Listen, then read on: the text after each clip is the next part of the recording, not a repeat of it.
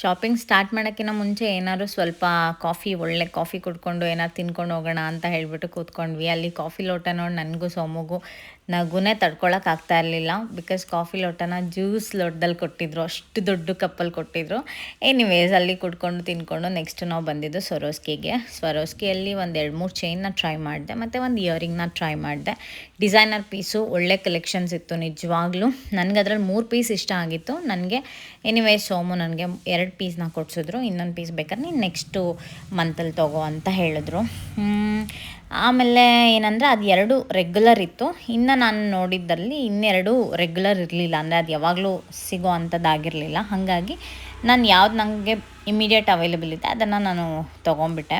ನಾನು ಲಾಸ್ಟಿಗೆ photo attach ಮಾಡಿರ್ತೀನಿ, ನೀವು ನೋಡಿ. ಇದ್ರದ್ದು ಕಂಪ್ಲೀಟ್ ವಿಡಿಯೋನ ನಾನು ಆಲ್ರೆಡಿ ಯೂಟ್ಯೂಬಲ್ಲಿ ಅಪ್ಲೋಡ್ ಮಾಡಿದ್ದೀನಿ, ಚೆಕ್ ಮಾಡಿಲ್ಲ ಅಂದರೆ ನೀವು ಚೆಕ್ ಮಾಡ್ಬೋದು. ನಾನು ತೊಗೊಂಡಿರೋಂಥ ಇಯರಿಂಗ್ ಇಲ್ಲಿ ಫೋಟೋ ಅಟ್ಯಾಚ್ ಮಾಡಿದ್ದೀನಿ ನೋಡಿ, ತುಂಬ ಚೆನ್ನಾಗಿದೆ. ಆಲ್ಸೋ ಇದೊಂದು ರಾಯಲ್ ಪೆಂಡೆಂಟು.